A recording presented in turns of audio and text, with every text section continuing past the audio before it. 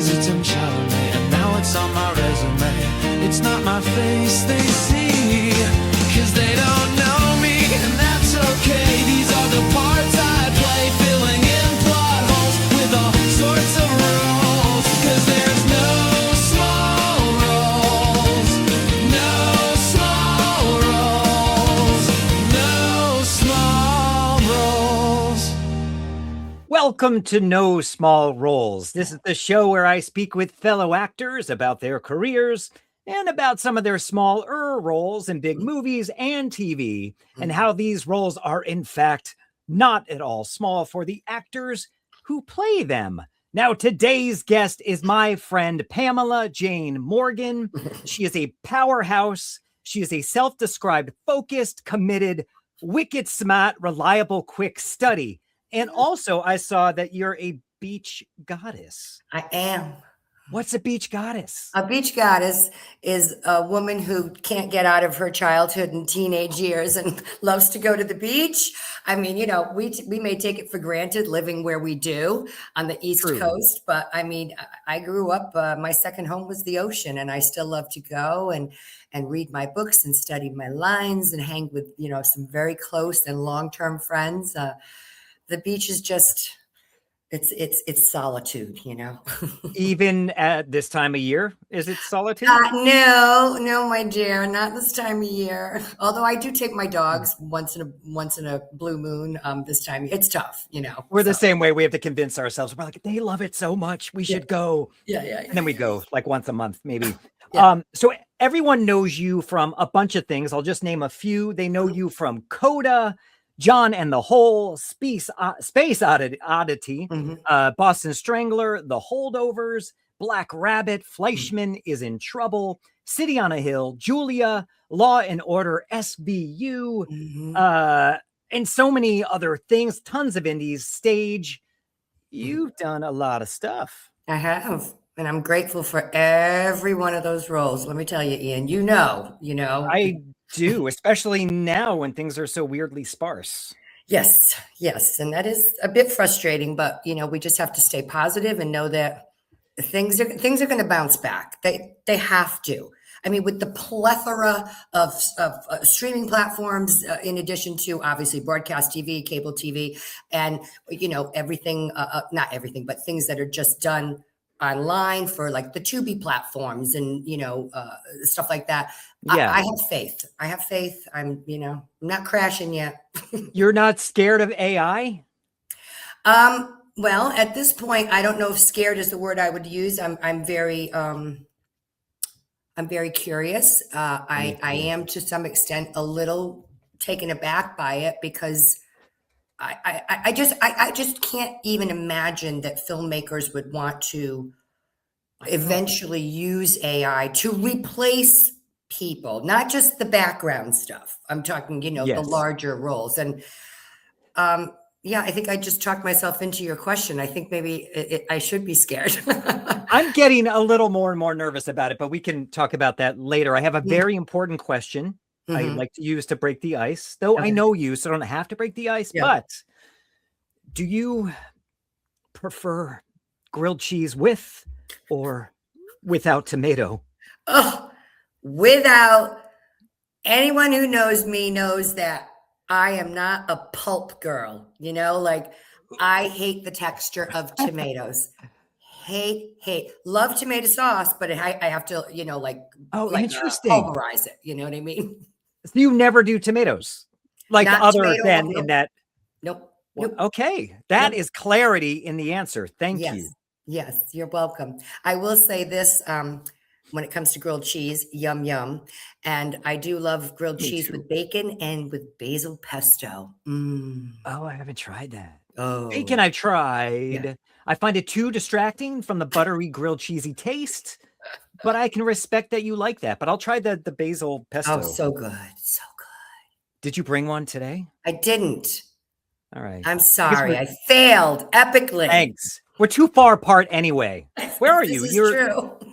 You're in Boston? No, I am south of Boston. I'm in Rehoboth, Massachusetts. I never heard of it. Yeah, a lot of people haven't. It's very, very close to Providence, Rhode Island, and Fall River, Massachusetts. Oh, that's right. I saw that you're from Fall I River, am. and yeah, where the ships are. There's like battleships and stuff. Yes, yes. As a matter of fact, it is the largest floating naval museum in the United States of America. I How's didn't know that for that. a factoid? That is pretty cool. I used to bring my kids there and they Yeah, loved it, but now yeah, they're like adults. yeah. Um, so you are self-described. Okay, we know that you are a beach goddess, Mhm. but you also said, and then I quoted as well, is that you are wicked smart. So Yeah. I ask you, for someone who is so wicked smart, Mhm. why are you an actor?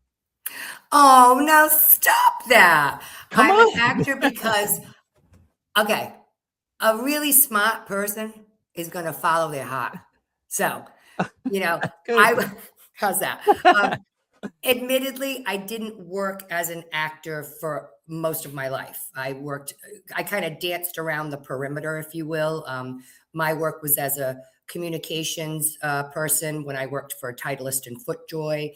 And then when I worked for a multimedia company, I was a multimedia producer. So I've always been involved in some, I call it corporatainment as opposed to entertainment because I worked in corporate America, mostly behind the camera, but still had my finger on, the pulse of entertaining people, in some So way, like shape, or form. you made industrials? What I did training videos, orientation related videos, health and safety videos. And then when I shifted over to, the no longer Perspective Communications Group out of Middletown, Rhode Island, we had clients like Mhm. G-Tech and Johnson and Wales and the Newport Chamber of Commerce. And that was more fun stuff, lighthearted, not advertising per se, but, Okay. like awards events, putting together programs to hopefully recruit students in the case of Johnson and Wales, which had one of the first entrepreneurship programs in the US, which was really cool at the time, so. Did you have to hire actors in We did this sometimes. position? We did for certain things. Did that Yep. make you go, I really need to be doing that side of things? Or Oh, were you yeah, like, I yeah. like reliable pay? Yeah, that was the little voice that was always in the back of my head, and I knew someday I would at least get back into theater, which I did when my daughter started high school, because that was the kind of a defining point for me. I said, okay, I don't have to sit here and help her with her homework every day. I don't have to drive her to soccer practice and softball because she's playing with kids now who have their license, blah blah blah. And I Mhm. did get back into local theater. That's how I kind of crept back into what I love to do, and then I decided to tackle work in Boston, non-union commercials, industrials, Mhm. print, stuff like that's how it started. Yeah. But when you were a kid, because it does sound like you did a good amount of theater when you were younger, is Yeah. this something you always wanted? But you were Yes. kind of practical as far as career-wise, but as like when you were a 4-year-old, you're like, I want to be an actor. Oh God, yes. It was either that or a veterinarian. I mean, you can see the crossover there. No. Well, um, you're empathetic, which is required for being a exactly. vet. Yeah. Exactly. Exactly. But yeah, to answer your question in a very serious way, good God, I loved theater when I was young, and I loved the people that it it led me to, because all of us actors, we love what we do. We Mm. love to work in an ensemble world, if you will, Yeah. um, and and we like to get pat on the back. So It doesn't hurt, a little it encouragement. doesn't. It Yeah. doesn't. Yeah. Yeah. Yeah. Yeah. So. Was it getting that kind of feedback from the audience or whatever that made it exciting to you, or was it losing yourself in a character? What really was it about acting that you really dug, that attracted you to it? Honestly, I think it was pretty balanced between the two of those, because when I first got into acting, I just thought it was so cool, to your point, to just like inhabit someone else, to put Yeah. my spin on someone else. And then, when the audience claps and when they see you outside, in the lobby, and they're, oh my God, that was so wonderful. Come on, how can that not make you feel good? You know what I'm saying? And Yeah. especially when you're young, well, everything going on about, there's self-doubt, you're self-conscious, la la la. Sure. When someone can go at a girl, you gravitate towards that. and not in a, not necessarily in a narcissistic way, but just in a way that makes you feel confident about yourself. And feel you're doing the right thing. And then maybe you're actually kind of good at something. Yeah. Yeah. Right. So we have this segment coming up later on in the show called The Kiss and Tell, where people share a behind the scenes story. Okay. I hear you might have two. Can you tease what those are in 2 words, one each? Okay. One each. Okay. I will say boots. Boots. And then I will say cell. C-E-L-L.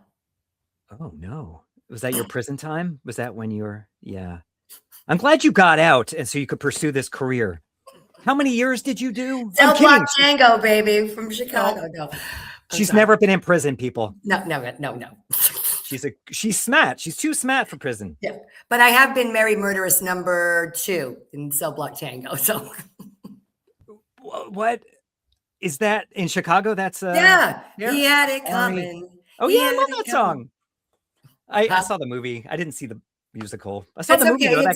It's in the movie too. It's probably the best number in my opinion because it's funny and it's just so well done. So, that movie was actually good.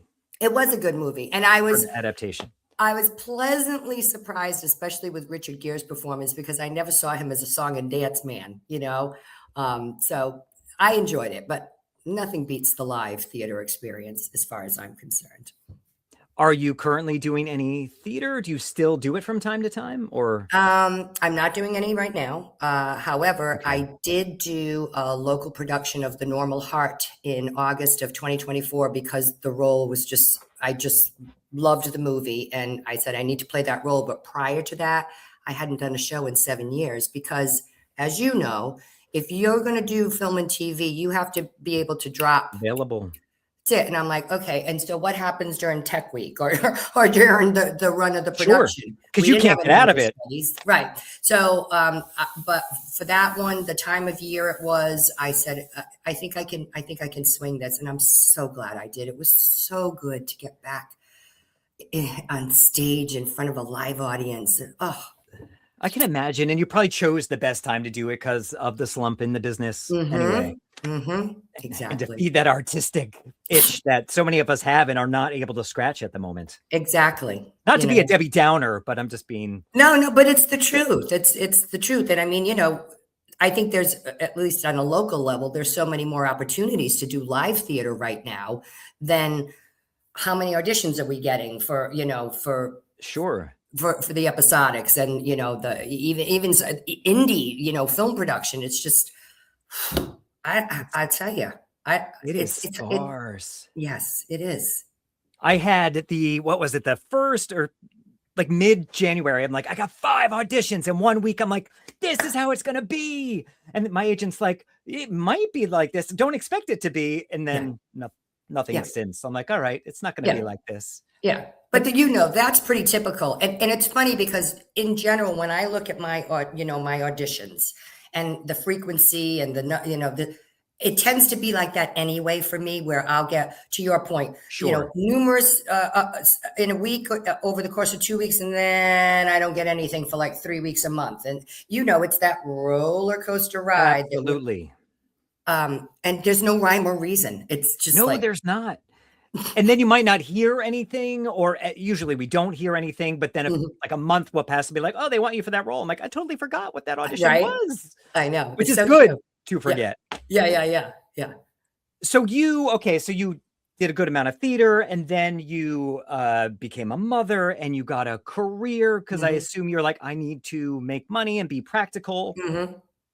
But I saw in 2016, 15, you went out you took some classes, but you went out for Manchester by the Sea, the Academy Award-winning film, to audition. And that kind of wet the whistle for the film TV acting. Is that correct? That's exactly correct.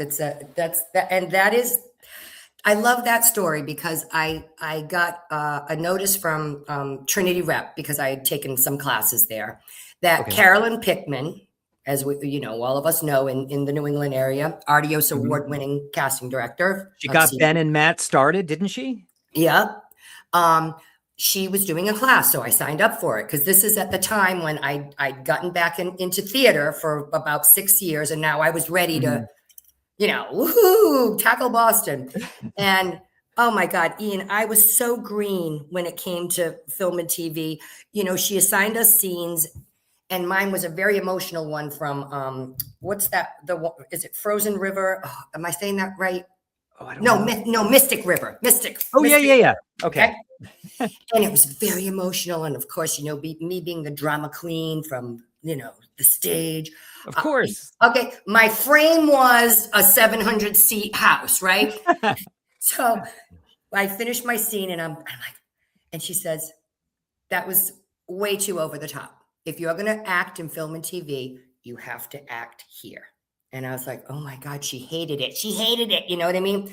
I was like, oh my God, oh my God, oh my God. And then we're handing our headshots to her as we exited the class. And I printed mine at home on an 8.5 by 11-inch photo paper, not even 8. I was like, just so green. So anyway, I gave her my headshot. She says, oh, this is a lovely headshot. That was on a Saturday. On Tuesday, I got the audition for Manchester by the Sea. I was like, I can't even tell you. It was like, oh my God, 2 lines, didn't book it, but I was like, she saw something in me. And look at who she is. Look at what she has cast, So that was the impetus, that little push that I needed to then look for, an agent. I signed with Model Club and I started to, I got on backstage, all those things that we do to get the career off the ground. So things start rolling, and not too long after, a couple of years after, you land this. So how do you go from this opportunity to eventually getting to this within 2-3 years? What happened was I had done an indie film locally, Just Say Goodbye, which was an incredible experience. And the young man who played the lead role, he was from Massachusetts, but he was going to Sarah Lawrence at the time in New York. And he had a manager, Lorna Rainey, with the Talent Express. And when we went to the Boston International Film Festival where the film screened, he just, we're just chit-chatting. And he said, are you looking to get into New York? And I said, yeah, that's my next logical step. He said, have you had any, agent manager interviews? I said, Max, I have not even dealt with that yet. He said, look, I am happy to reach out to my manager on your behalf, because he says, I believe in you, blah, blah, blah. 2 weeks later, I meet with her. I signed 2 days later. So it was just, everything was falling into place. Everyone was seeing something in you and luckily helping you along. That's generous. I love that kind of actor. Yeah, exactly. Or casting director. So I signed with Lorna, and she was the one who got me, the audition for Law and Order. And this was when we were still doing live auditions, and it was Valentine's Day. And I went to New York, and I did the scene with Phil Huffman from Jonathan Strauss's casting. Oh, yeah. Who I had taken a class with, by the way, about. Nice guy. Love him, 4 months earlier. And I got home and I trained. I did Amtrak. So you train in, you get in the room for 3-4 minutes, and then you train back home. And I was home for an hour when Phil emailed me that night and said, we want to book you for the role. And I was like, that's awesome. Because everyone wants to get in Law and Order, and there you do it immediately. I know. So, what's going on here? It's a new case, counselor. Rape 1. You managed to sink your claws into another supposed victim? I'm not the one who has claws here. That would be your client. What's this new arrest about? The complaining witness's name is Lana Stallworth. Very funny. So that was such a great experience. I mean, from beginning to end, just.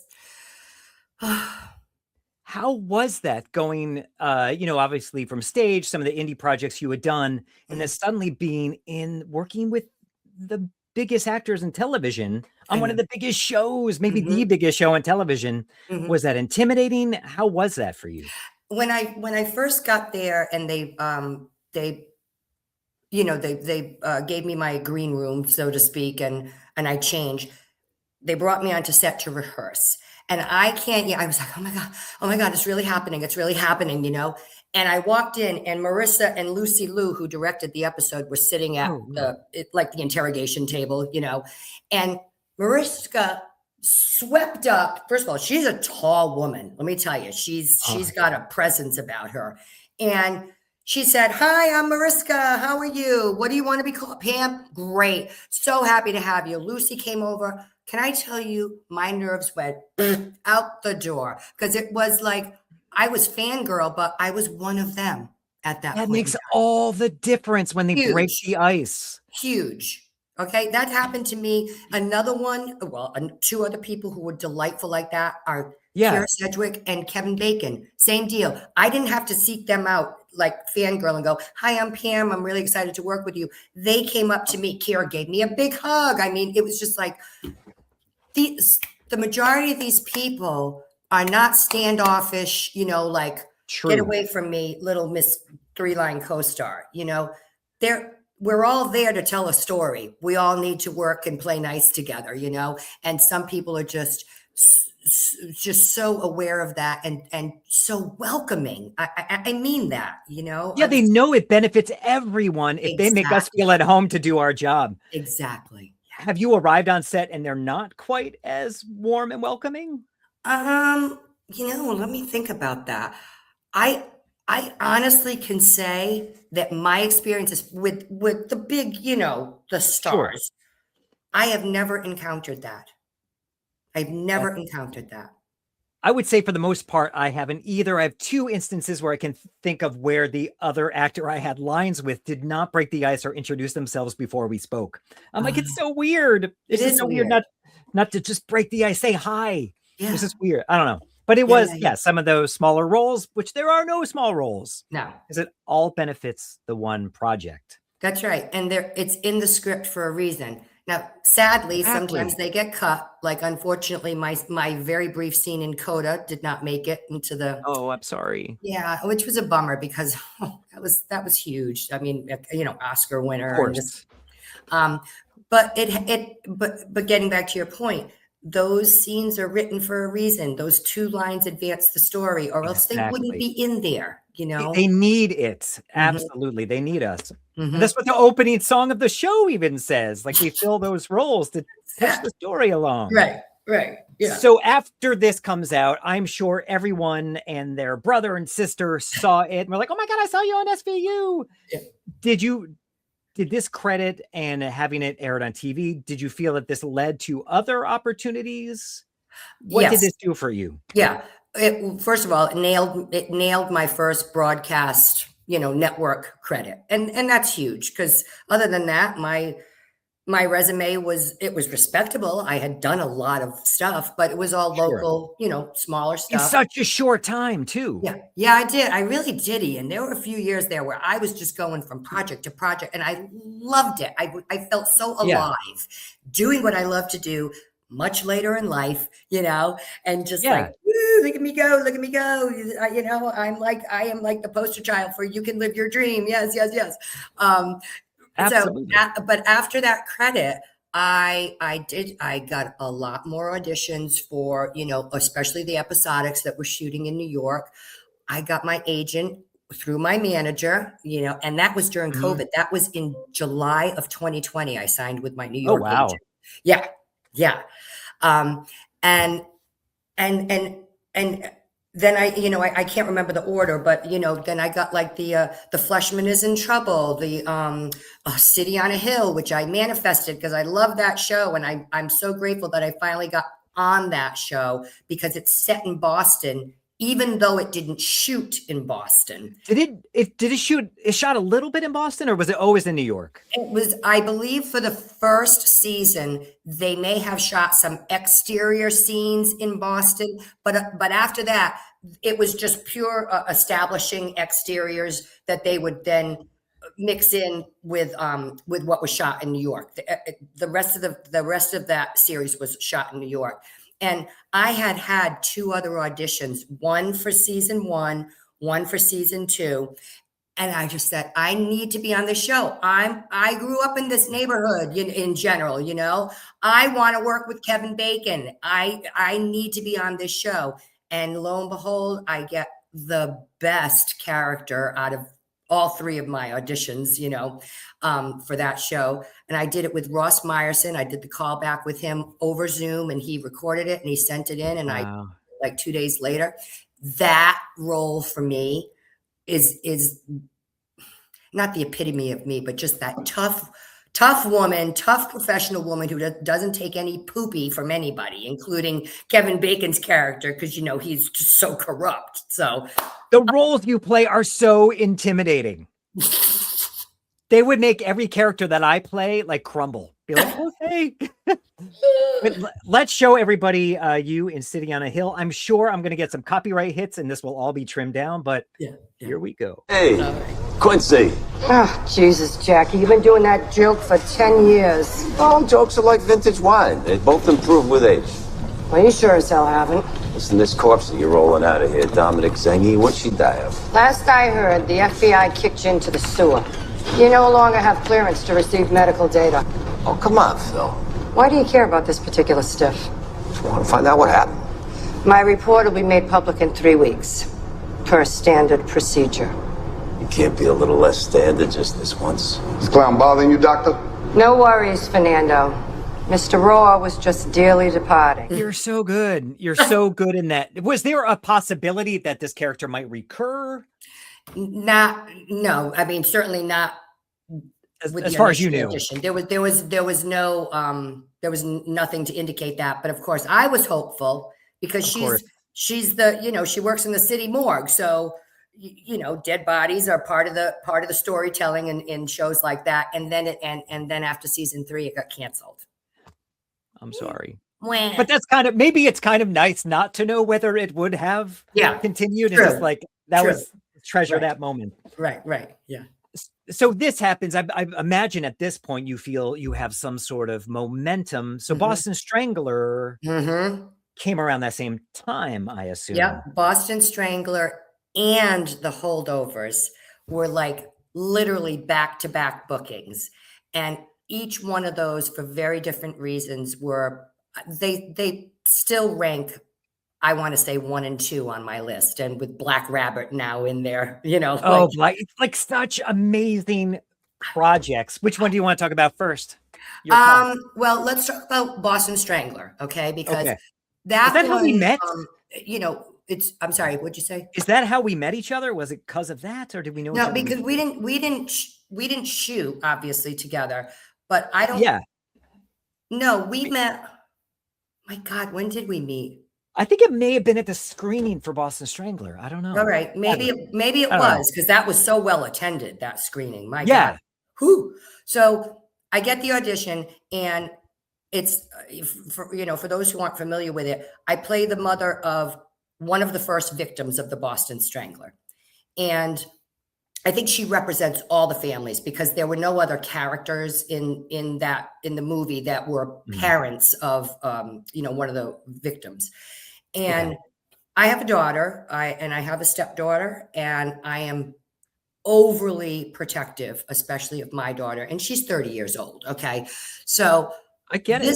This did not come, this was not a hard role for me to insert myself into, because I worry. I mean, to this day, when she leaves my house after visiting, she lives in Quincy, I make her text me when she gets home, just so I know she's safe. You know what I mean? I don't blame you. That's the way I roll, and I'm never going to change. So for me to inhabit Ann Simon's I just thought of my daughter, I just thought of my daughter. And so that role was so raw and grounded for me. When I got the call back in person with Matt Ruskin, we played for probably 20 minutes, Ian. I'm not kidding you. He had me do it all different ways. And every time I finished, he just looked at me and said, "You're just so talented." Like, I can't even tell you. And he's a very soft-spoken man. The set was wonderful. I love the way he functioned. When he had redirects for me or Kira, depending on which coverage was happening, He didn't come out from, Video Village and say, all right, next time I want you to blah, blah, blah. He would come up to each of us individually and kind of crouch down and whisper to us so no one was aware of what he was saying, so That's that cool. when we did it, it was like, oh, she's doing it. You can naturally react to the change in that he was making. You didn't have time to think about, okay, when she says this now, I'll how do does this. act, right? So I Mhm. loved his directing style. I thought that was very, very interesting. I'd never encountered that. The Holdovers, oh my God. Wait a second. This was such a joy. I have to play your Boston Strangler first. Oh, okay. And then- Play which one? The first one? Because the clip they're all that's from chopped up, but Yeah, I have the shortened clip that's in your reel, but your Okay. work in that, I remember seeing it at the screening, really not knowing you, but knowing of you. Mhm. And I was like, wow, she is good. Oh It's my such God. a great Thank you. emotional role. So believable. It's obvious you had a connection to this, but let's just look at this short Okay. clip. It's Mhm. much longer than the movie, people. Yeah. Beverly was terrified of the dark when she was that age. Only way I could get her to calm down was by singing to her. I'm sorry, I just can't stop thinking about it. What he did to her. What that must have been like for her. So good. And again, there's just so much to that. So you said she introduced herself. She was cool. Was it nice working with her? Oh God, we had so much fun in between takes because she brought her family with her to stay during the duration of the shoot, and her two children were attending a French school somewhere in the Boston area, wherever they were staying. And so Yeah. we just, she's the typical Brit with the dry humor, and we had fun conversations about husbands and children, and she was a joy. She was so available, just lovely. I didn't get to meet her because I was one of the creeps, so I never was on set with her. Yeah. Oh. What? Yeah. So tell me, okay, the Holdovers. Oh my God. Okay. So I hope that you had as wonderful as an experience as I did, Ian. And I love Alexander Payne. I just think, Oh, me too. isn't he just delightful? To everyone, at every Everyone. level, every department. Mhm. You know, my role is as small as it gets, and I come on that stage or that set, Yeah. and he's like, "Ian, welcome," or it's like, or my handsome man, whatever my character Yeah. was, Yeah, yeah, welcome to the set, and then he comes over and introduces himself. I'm like, I literally have no lines in this thing. I'm on screen for 3 seconds, but he was just so warm, and He's but like so that with warm. everyone. So So tell me warm. your experience. So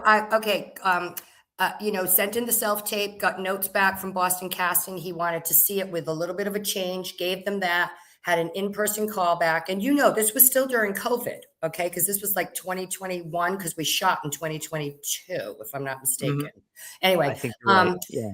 so first in-person callback for me in COVID world. And he's there and he gets up and he says, I'm a hugger. Are you okay with that? Because we all had to test before, so we knew. Yeah. And I was like, oh my God, I'm such a hugger. Hug. He says, I just want to get in the sandbox with you. Let's play. So we did. And I didn't even feel like I was at a callback, Ian. I felt like I was in a class with a man who is an Oscar-winning, Golden Globe-winning director and writer. And it was glorious. So then fast forward to, being on set, and I'm walking across, because of my scene shot in a restaurant, obviously. And I was coming across the parking lot going into set, and he comes out of his trailer. And, I was like, okay, is he going to remember me? I said, hi, Alexander. He says, Pamela, how are you? And I was like, I'm wonderful. How are you? He says, I'm so much better now that I took a nap. And I said, oh, you took it? He said, yes. He said, I don't eat lunch. I need to nap. That's more important to me. So it's just, so down to earth. Breaking that ice again makes all the difference. Oh my God. And you just want to please him and make his project as great as he wants it to be, because he's so good to everyone. Oh my God. And he was tremendous on set. Paul Giamatti was like, all right, what are we all watching? My girlfriend and I need a couple of new series to binge, I didn't get to talk to Dominic or Divine Joy as much, because in between takes, they weren't near me. Like, entrance Okay. wise, you know. So, but still tremendous. And I love how he had me do different lines differently, so he could pick and choose how he was going to edit, you know, that entire scene together. And I love the fact that that scene in its entirety is on the Holdovers IMDb page.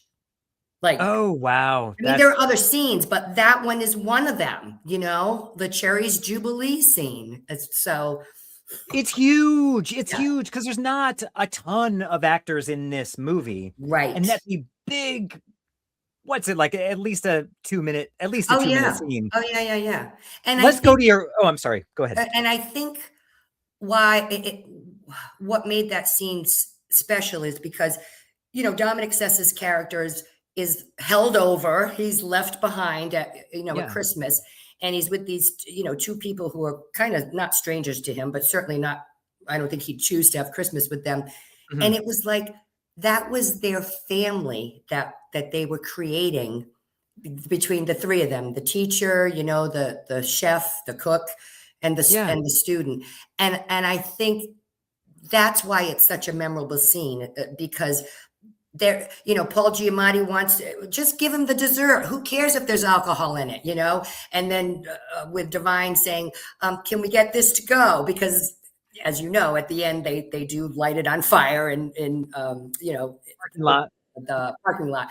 But I think it spoke to how they created their own very interesting family during the I think, wouldn't you say this is one of the scenes where it really shows how they really are working together at this point and have become a family? I think absolutely. Yep. Let's go to your clip and then we'll discuss a little bit more about it. Okay. Here it goes. Well, I'm afraid I can't. The dish contains brandy. Same deal with the bananas Foster. Fine. I'll order the Cherry Jubilee. We can share it. I can't allow that either. It's my birthday. Oh, happy birthday, young man. Let's get you a slice of cake or some other age-appropriate dessert. Christ on a crutch. What kind of a fascist hash foundry are you running here? Excuse me, ma'am. Do you by chance have cherries? Yes. Great. And do you have ice cream? Yes. Fantastic. Can we please get cherries and ice cream to go? Right away. So good. So good. So how is it to be not only a part of such a film? This film's going to be watched every year. It's Every like, year. My kid's at college and he's like, oh, I told my friend that you're in this movie for 3 seconds. Yeah. And he was so impressed. He's like, it's the film that they watch at Christmas time at his house now. Yeah. But you're in such a monumental scene, in such a monumental film. What does that mean to you? Or does it do anything for you other than just it warms your heart? What's that mean to you? It means to me that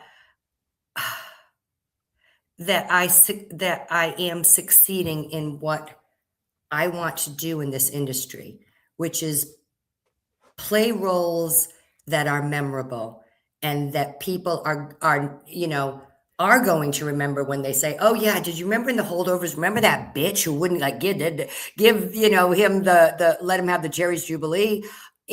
It's memorable to me because I've worked with Paul Giamatti. I mean, come on, please. I love him. I love him in everything. He worked with you. Yeah. And Divine Joy Randolph, who a lot of people didn't know that well, and she won an Academy Award. Dominic Sessa was literally plucked out of a prep school in the Boston area by Alexander Payne because he wanted like a real student, you know, and Dominic was in the drama department. And look at him now, you know. He's great. For me to stand toe to toe and be expected to perform at their level, right? That is, please. If I were to die tomorrow, Ian, I'd be like, you know what? Don't. I know, but you know what I'm saying. Yeah, I did good. Look what you accomplished, Pam. Like, and I'm not saying that again. That's not a vanity statement. No. It's I get it. It's my reality. Like the people I've worked with, the stuff that I've done, and the scenes are meaningful, you know. I mean, how cool is it? Obviously, you will not be gone for many, many, many decades down the road. But how cool is it? This will live on for until AI takes over the world. Sorry, I went there again, but I know, it's don't go amazing. there. Yeah. I think it's so exciting. I'm excited just to be in it for 3 seconds, and I'll take it. But you were with Carrie Preston. Come on now. True. I actually think it's like a second and a half, but I'll still take it. Yes. So, I want to talk about, actually, I want to ask you first. Do you prefer being in the room? I think I know the answer from what you said so far, or do you prefer self-taping? Honestly, I prefer to be in the room. I think magical things can happen that you don't plan for. And it forces you to be more on your toes, because unlike when you self-tape, it's like, it's a good and bad, because you can do several takes. But if you get too reliant on allowing yourself to do 3, 4, 5, 6, 7, 8, 9 takes, then when you eventually do get on set, you don't have that safety net anymore. So, True. Okay. I want to be in the room. I want to meet people. I want them to feel me. I want to feel their vibe. That is always going to be my preference. I mean, it makes sense after your Holdovers experience and your Boston Strangler experience. Oh, yeah. Oh, of God, course you want more of those. Yes. I want to talk about one more project and then move on, unless there's something else that that you want to speak about. Actually, 2 more. Okay. First, I want to ask you about Black Rabbit, because that show was so good. I think you saw that I had interviewed Forrest Weber, who had a large role in that. Yes. And again, I feel like you're kind of your Holdovers character in this a little bit. Yeah, Tell people just about a little more experience. Sassy, a little more like weather beaten. Like, oh my God, please don't go there with me. I've seen this a million times. Fantastic. That audition was with Catherine Zamora Benson, who works with Alexa Fogel, and I can't believe that I booked something under Alexa Fogel. I mean, because she does everything. Jason Bateman. And that was one, like what you said earlier on, where you audition for something and you don't hear back and you go, okay. That's what happened with this. I auditioned, never heard anything. 2 months later, they sent the offer to my agent. We were like, okay, what was that project? Oh my God. Okay. So not only am I working with Jason Bateman, but he directed that episode.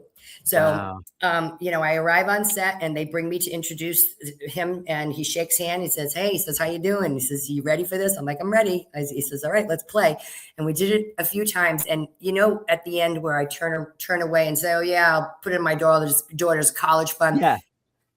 He would yell cut after his line, and I'd turn around to go to him to see if he wanted to do it again. And he would always be laughing. Every take, he would be laughing. And I said, if I can get that kind of a rise out of Jason Bateman, I'm doing my job and I'm doing it well. You do it so well. So he was fantastic to work with. Oh, he seems so cool and laid back. Like so cool and laid back. Yeah. What a set. What a show. I'm not a big, I do a lot of TV, but I'm not a big fan of watching television shows. And that show was so good. And how cool to be a part of it. So good. God. Yeah. I'm sorry. I heard that they are having a season 2. And I'm like, how do you do that? I don't want to spoil it, but the way that season 1 ended, I question how that's going to continue. Could have been a big trash bin or something down below. I don't know. But anyway, that's what I heard. We'll see, Well, they should bring you back. But here's your scene. They should bring me back. They should fly Marcy in from Reno or, wherever to go live in New York. I'll go pick her up and bring her to New York. Okay. Okay, here it is. What do I look like, the DJ? Hang on. Hey, whoa. Let me get one more of these, please. Thank you. Freebies are for players. What's it look like I'm doing? Table games only, hon. Bullshit, Marcy. How much is it? $9.25. There's a 10. You can keep the rest. I'll add it to my daughter's college fund. that deadpan look. $9.25. It's so good. I want to ask you about one more project that I assume it was your baby, kind of. Tell me about this. The Principals Assembly. Yeah, interesting history on that. okay, let's flash back to COVID, what are we doing? Because this was before the industry slowly started to tiptoe back into production. And, at the time I was working with a small group of people and like over online to just keep things fresh. And it was like, we need to create our own content. That's the thing that we have to do. Never was that on my bingo card, no, I don't want to do my own short film. No. So anyway, I had gone to New England Tech way back in the early 90s for video and radio production. Okay. And as part of one of my classes, we had to write a treatment for a film as if we were going to pitch it to a studio. And I still had that. I had that idea like tucked away in my head. And I contacted Seth Chitwood from Angelwood Pictures. Seth, everyone in this area knows Seth, who at the time was attending AFI and working on his master's in screenwriting. So I commissioned him to draft a script for a short film based on the treatment that I had done at New England Tech. And that's how the story of the Principals Assembly came to be. And, going back to Boston Strangler, you kind of see some overlap here with respect to a mother who is struggling with, something relative to her child. There's mental health issues. There's alcoholism and, prescription drug abuse. There's a lot of stuff wrapped up in this character. And I thought it was important to show that even people who have their what together and who are very successful in their careers can go down a rabbit hole and feel like there's no coming back from it, and so we did it. We filmed it locally. We got into numerous film festivals. It won many awards. I won many awards, and I was so content after. I was like, wow, look what I did so unexpectedly. And I had the right people working with me, crew, cast and crew. We did a GoFundMe that was very successful. So it was a big learning experience. And I have even more respect for filmmakers now. I really do. I mean, once you live it, and mine was a microcosm compared to like feature films and things like that. It really helps you to appreciate all the little stuff that goes into making a movie and making a good one, But the things that you did in the corporate world, did you find that those experiences helped you to kind of manage this? Obviously, for this, you had to raise your own money. Yeah, but. In some cases, yes, but in the corporate world, I had to hold the hands of people who didn't know anything about making a video about whatever the award ceremony or how to sell curriculum for a new program at the college level. They know that content, but they have no clue about how to make that happen, how to sell something through entertainment. Whereas when you're working on a film shoot, you may have some new people there who are especially production assistants who are learning the ropes. Sure. But otherwise, you all speak the same language, So yes, you all have a love of film, TV, whatever it be. Right. So I forget what you asked me about. Oh, so in a way, my experience with it in the corporatainment world, it helped.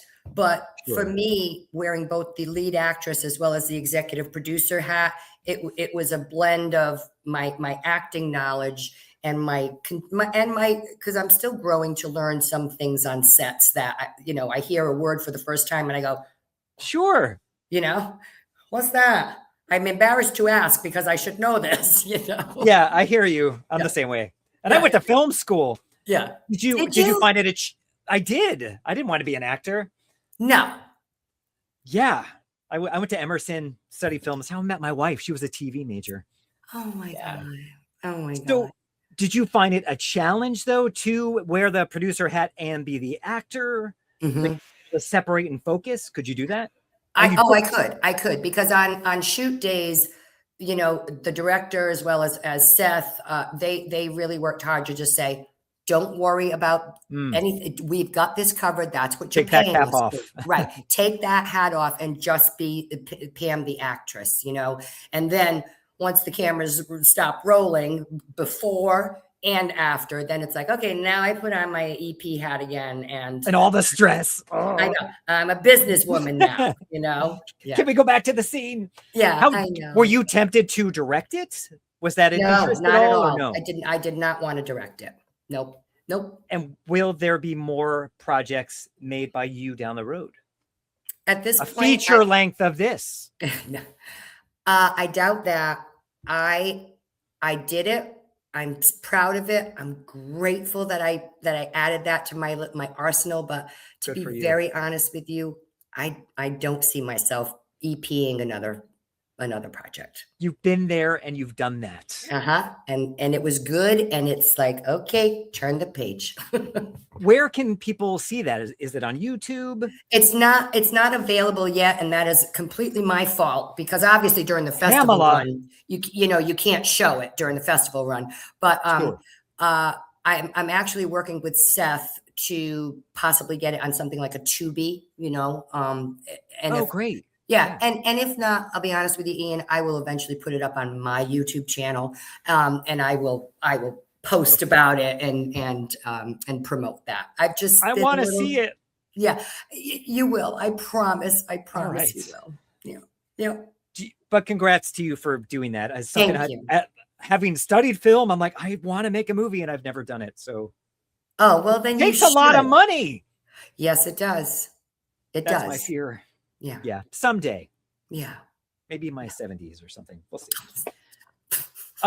So do you have any advice for up and coming actors? Something you wish you had known, something that has been useful to you? Any sort of advice? Okay.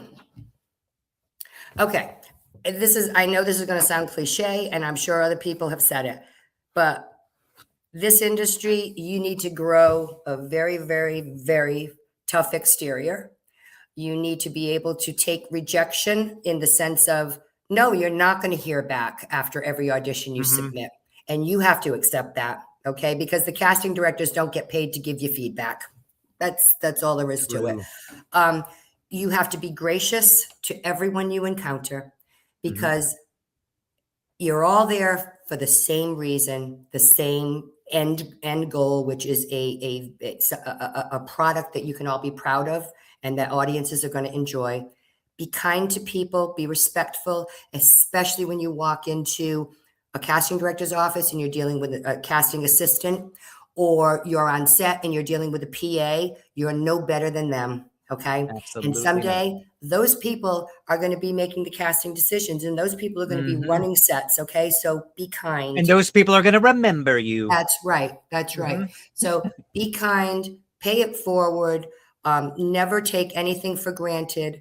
Work hard and express gratitude, and not just to other people, but in your daily life. You know, like when you get an audition, take a minute and say, oh my God, I'm so grateful. That's a win. You know? Yeah. The more you express gratitude, the more the universe knows that you're open to receiving abundance. I love that. So trust. I like that a lot. Let's just end it there. Bye. No, that was so good. You have, and when you get on a set, is there anything that you do to either, you know, a hocus pocus, something to get in the zone to, you know, anything? Yeah. When I get into my, you know, my trailer or like the area they've given me, you know, to kind of hang out in, I always go over my lines. Okay. I you know, silence my phone and I sit there and I do a couple of like yoga related moves. What I just said is, you know, you open yourself up to receiving abundance and you let out all the negativity, you know. So physically, I'm just like working the body, but also mentally getting into that space that I'm so grateful to be here. Don't be nervous. This is what you want to do. And look, you're going to be able to play today, you know. So what a gift that is when someone chooses us to play. Yes. Do you coach or any, like, do you take or get a coach or whatever before you do a role ever, or for an audition if it's a big opportunity, or do you always kind of go off of your experience? I have coached for a couple of very specific auditions. But honestly, I don't coach for every audition because It'd be expensive. I trust myself. I've taken the classes. I take religious notes. I go back and I look at some of my notes, particularly when I'm doing like, script analysis and stuff like that. Sure. I don't just take a class and it goes in one ear and out the other. I always try to apply the things that work for me. Not all of them do. You know what I mean? Sure. So to answer your question, I have coached, but not often. I believe that if I understand the character after that first read through a script out loud, always read your sides out loud when you first get them. I don't know if I've done. I guess I do. Yes, including the stage directions. And if you have a sense of who that person is, you can find yourself within that character. That's what I believe. You have to give yourself. I'm not saying that there's never a need for coaching. I'm not suggesting that. Sure. I tried it once. Yeah. Well, I guess what made me think of it is like you'd be willing to receive and doing a little bit of yoga kind of felt, because some people like a little more woo-woo stuff, which that feels a little woo-woo, and I respect that. I had a coach once who had a very this one role I had to get very emotional, and I've never like had to do that on screen a whole lot. I don't get a lot of those opportunities. And so I was like, I'll coach this time, and it was very woo-woo. It was like so woo-woo. I was like, that's not going to work for me. I hope it works for some people. It was so bizarre. So that's interesting because I would never expect to encounter woo-woo, and I totally understand what you're saying when you use that term in a coaching situation. I think that's more of the behind the scenes, like self-awareness stuff that when you coach, you should be coaching to the sides. Like the last time I coached was for a pretty big scene for that new show, Sheriff Country, that shoots up in Canada. And it was a very physical scene. And for me, that's where I was like, ooh, I really haven't had to do this, you know? It's so hard to stage in a self-tape too. Exactly. Yeah. So that's what was the impetus for me to reach out for coaching on that, because I didn't want it to look like silly. Do you know what I'm saying? It's so hard not to in that situation. Right. Yeah. But I don't think coaching should involve woo-woo-ness. That's stuff that you do, or if you choose to, on your own behind the scenes. You know what I mean? But I like the yoga, be open to receive that. I wasn't. Yeah, but that's what it is. You like raise up your arms to as you inhale, to inhale the good, the abundance, and you exhale as you lower your arms to release anything negative. It's a physical thing. I'm sure it works. Yeah.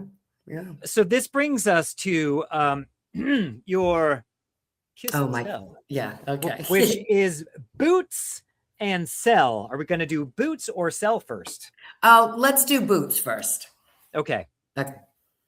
Let's hear it. Oh, I thought you were going to guess or something. Oh, no. Should I? No, because you're never going to get it. I'll never get it. I can try. So this is a real cute little thing that happened behind the scenes on the set of the movie Space Oddity, which was directed by Kira Sedgwick, and her husband Kevin was in it, and obviously I was. And this was before Boston Strangler? This is before Boston Strangler. Yes. So you knew each other already. How cool is that when you worked on Boston Strangler? Yeah, but that Boston Strangler wasn't Kevin. City on a Hill was. Oh, I thought you said Kira. Oh, Sedgwick. I'm thinking Kira Knightley. So sorry. No, it's okay. But you're right. You're right, because I shot Space Oddity in, I think it was June of 2021. And then I shot City on a Hill in September or October of that year. So I worked with Kevin twice within the span of 4 months. So that was pretty cool. Wow. So anyway, we're on the set. Beautiful, beautiful summer day in Wickford, Rhode Island. And anyone who hasn't been to Wickford should go because it's gorgeous. And we're shooting outdoors. We're shooting indoors, but we were outside at the time, Kevin and I. And we're just chit-chatting, nice, simple conversation. And there was this bench that was near where we were standing. And he points underneath it and he says, "See those boots?" And I said, "Yeah." He says, "Those are Kira's." And I was like, oh, okay. He says, you know what's going to happen? He says, I'm going to leave set today. And she's going to call me when she wraps. And she's going to say, boots? Kevin, where are my boots? He said, it happens every time. Like, she'll take something off and expect him to like keep tabs. Keep track of it under the bench. But I have to tell you, the way he was telling that story, I mean, you see them always, they're always happy together. That's real. Like, they are so in love with each other, and they're just the most loving couple I've ever witnessed in this profession, you know? So, but anyway, he shared that with me, and I just thought it was so cute that is so cute. That is amazing. They do look like such a couple, and we can only be so grateful. So kind. Be so lucky to have that. Yeah. Have you ever seen, especially on Instagram, when they sing together, and because they have a farm, I think, in Connecticut, and they have all kinds of animals, and they sing to the animals, and he's playing the guitar. And I've seen a couple of different videos they've done. Yeah, they seem cute. so cute. happy. Yeah. I guess they understand how lucky they are to have a life in this business so too, true. and have each other and be together. Right. I want to hear about your prison time again. Okay, well, because you only gave me one word, so I was like, sell as in cell phone, okay? Okay. Now we're going back to Alexander Payne, director of the Holdovers, all right? Never heard of it. What is that? Is that the one where you had that lovely scene with Carrie Preston? Okay. So auditioned in, I don't know what month it was, but in right after the holidays, right after December, 25th of that year, which I believe was 2021, because we shot in 2022. I had a voicemail message from Alexander Payne on my cell phone, and I saved it. I wish I had my phone down here with me in my studio right now. He called me, not my agent, not Boston Casting. He called me to say that he prayed over the Christmas holidays about this role and who was going to be. And he said, and I think you're the best for this role. And I hope you can find time in your schedule to join us, because I'd love to have you play the waitress. It's not a very large role, but it's a great role. It's a crucial role. So please let me know if you can, So I called him back. You're like, no way. Alexander Payne called me on my cell phone to offer me the role. Ian, how often does that happen? Come on. That doesn't happen. It doesn't happen. Does not happen. So. And did he answer when you called him back? Yes, he did. And because I said, Alexander, I'm so sorry. And it's the truth, Ian. My phone is usually glued to my body. I don't know where I was that I put it down. And I apologize for missing his call. He said, oh, no worries. I said, so what do you think? I said, I'm in. Are you kidding me? It's almost better. It's better you didn't have your phone, so you had that recording. You have to get that off your phone and save it somewhere. I know. I sent it as a voice memo to my, to my laptop, so it does exist outside of that. But I mean, it's just like every now and again, I'll go back and I'll listen to it. Hi, Pamela. This is Alexander Payne. You know that dude that you auditioned for? I'm like, oh my God, this guy's. I get that. And you had that, and you're like, was that experience real? Oh, I know. Okay. I know. That is so cool. Those are good kiss and tells. So thank you. Oh, thank you. Do you have, I think I might know, but do you have a cherished moment? You can choose either a cherished moment or a dream opportunity. Yes. Dream or opportunity. Both. Dream opportunity. And I know it would end up being a cherished moment for me. I want to act with Matt Damon in a project that is set in the, our neck of the woods. Okay. And I see myself as his older sister, okay, who never left the neighborhood of Dorchester. And he escaped and lives the beautiful life of an accountant with the white picket fence somewhere in the, the Southwest, with the perfect wife and the perfect kids and the perfect dog, who has to come back because our mother passed away. Our mother, who he never visited and I had to take care of. And I am not happy about that. Okay. And he's going to know that I'm not happy, that he just left us and left me to carry the burden. How's that? Wow. I think you need to commission the Angel pictures again and Yeah, have him write a Seth, script I for know. you. You had this whole idea done. Oh my God. And it doesn't change, Ian. I mean, it's one thing to say, I want to work with Matt Damon. Okay. It's another thing to truly be able to visualize how we could fit together. Like what would make sense, you know? Matt and Ben could write it. Oh God. Can you imagine? I was watching one of their movies today, The Last Duel. This movie, actually, for my other podcast. Whoops. Okay. Have you seen that movie? No, I don't think they wrote it just like they did Good Will Hunting, Good Will and they're both in Hunting, it. yeah. Great movie. It bombed at the box office, but I highly recommend it. But you should get them to write it with you. Wouldn't that be awesome? I hope that happens. I'm working on it. I throw it out to the universe every now and again. You know what I mean? But Matt, here's what I love about Matt Damon. First of all, I think he's a very talented actor. Yeah. And equally in drama and more like comedic roles. He's always busy. There's never any, there's never any negativity that surrounds him. You know? No drama. Yeah, no drama. Just, good boy from the Dorchester area makes big. Like I love that story, and I love it for him because he comes back here and tries to do as many movies as he can that he can, where he has some control to shoot here and to give jobs to people in, the neck of the woods in which he grew up. So I just like him. I really, really like him. He does seem like a good guy, and he seems that he's in it for all the right reasons. Yes. Yeah. So I hope that happens. And see The Last Duel. He's so good in it. He totally loses himself in that role.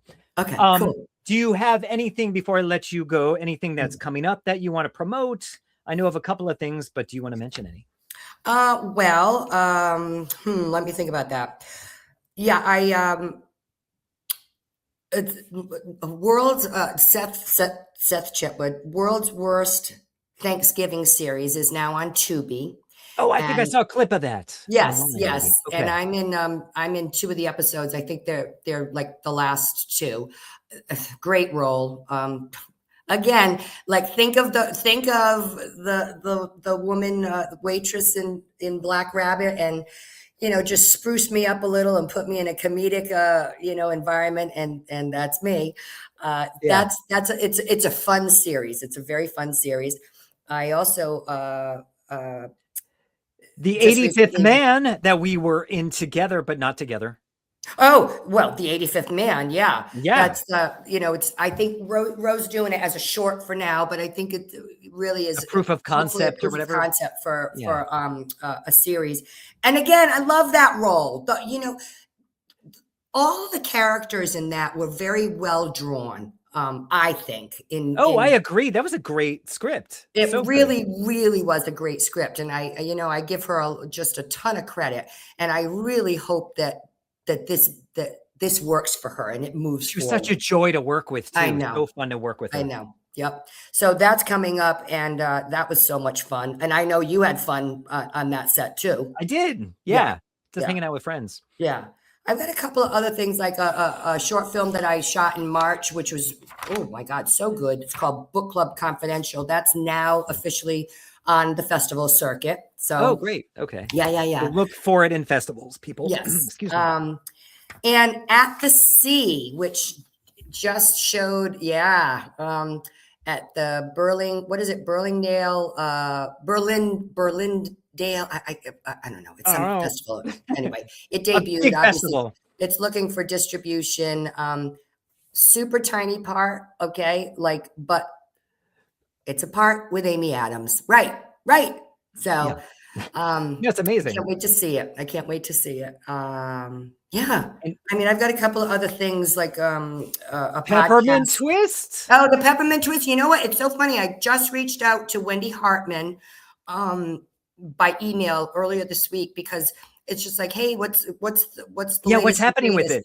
Yeah. She said it's they're definitely into the post with respect to color correction, good. scoring it, scoring the music. She's hoping it will be out at some point in this That year. script is so fun. I know. Such a fun script. I can't wait to see you in it. Yeah. So, things coming down the pike, but I want more auditions. I'm jonesing. I do too. I'm jonesing for. I just Let's got, have a scene together. I know we do. Yeah, Because we I will. think, especially if it's got a comedic edge, I think we. Oh my God, That'd be so You know what? fun. You could be in the Matt Damon thing too. Okay, I could be the mother. No, I'm your dead mother. No, Okay. no. Maybe you're the younger brother. It's like me, Matt, and then you. And All right. and while you're kind of nerdy and you stayed local, you've got a good, you got a good job. You're not, like a drug addict or anything, but you Oh, I stuck like around, this. but you could only help me so much with mom. So I'm just harboring a lot of resentment towards my brothers. All right. Because I had to do it all. I like it a lot. I'm a little scared, but let's do it. Okay, I'm in. Where can people stalk you? Instagram, Facebook. I know you have a website. I do. PamelaJayneMorgan.com. Thank you. But yeah, I'm on Instagram and it's Pamela Jayne Morgan with a Y. And that is my real name. Like I didn't make that up. It wasn't like a SAG thing. Oh, I have to use my middle name. It wasn't. No, you know what it is? Honestly, when I got my first credit on IMDb, I didn't even know it because the producer put it on. Sure. I was assigned Pamela Morgan, Roman numeral 8. And I'm like, oh, no, that won't do. Okay. So I tried Pamela Jayne Morgan, tried a lot. And then I said, I'll just put my full name in there because my name really is spelled Jayne. And lo and behold, there was no one else with that name. So I said, that's what it is. Very dignified. I didn't know about the Jane until I did a little research for this. Yeah. I just knew you as Pamela Morgan. Mm-hmm. Yeah. And should I call you Pam or Pamela? Oh God, yes, please. Please. All right. Because I wrote to you on Instagram, Pamela. I'm sorry. That's okay. It is your name. It is my name. Anyway. But anyone who knows me, it's Pam. Well, thank you, Pam. Thank you for your time today. This has been really fun. Anything else you want to share or just say goodbye and see you soon? I will say that's a wrap for No Small Roles. How's that? Okay. That's perfect. Okay. But we will work together in some way, shape, or form. I feel it in my bones. I'm going to start putting it out there. Put our arms up. Come on. We are open. Open to working with Mr. Lyons. I can't wait to work with you, Pam. We will do it. We will do it. We will. Thank you for your time. Hang on for a second. I'm going to say goodbye to everyone else. Okay. All right. And then I'll bring you back up to say goodbye to you. Okay. Thanks, Ian. As a human. Bye. Remember, follow her, PamelaJayneMorgan.com. Go to her Instagram and stalk her politely. Goodbye. Like, share, tell your friends. Okay, these are the parts I play.